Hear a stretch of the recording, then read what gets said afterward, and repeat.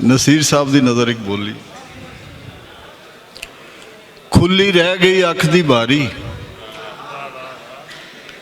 खुली रह गई अख की बारी ते वेख साड़ी राह तकनी। बड़ी मेहरबानी, बड़ी मेहरबानी।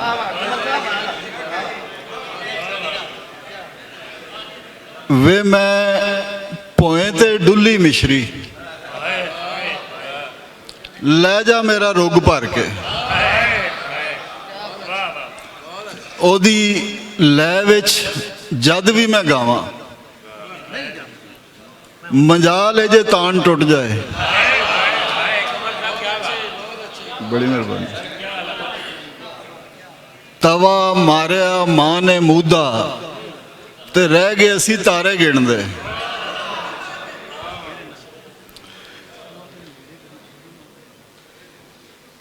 झट घड़ी जे सबर तू करदा, मैं तेरे नाल बोल पैना सी।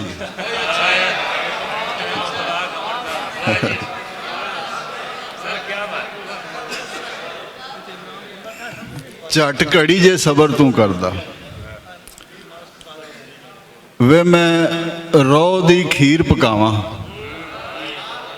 जे पैली विचों सूर निकले।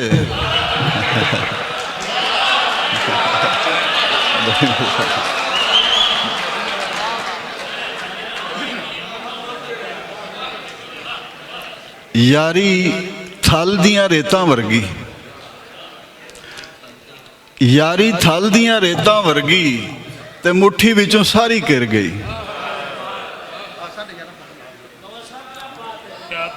सके भाइयों दा विसा ना खाओ, खूह विचों आवाज आउंदी।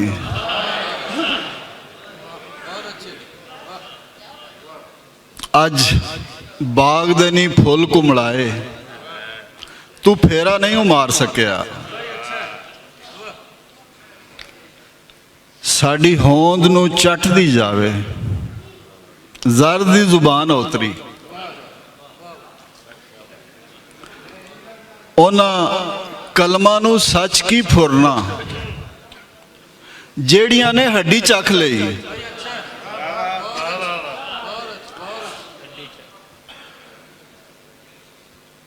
तैनू दिल दा हाल मैं दसदा, जे मैनू कोई हाल दिसदा।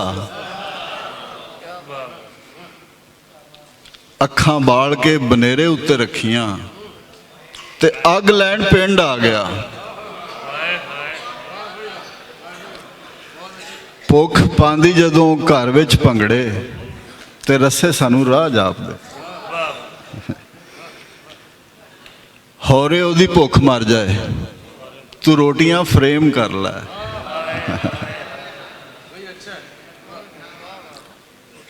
असां लकड़ी दे ऊठ बनाए ते भार सारे आप चुक ले,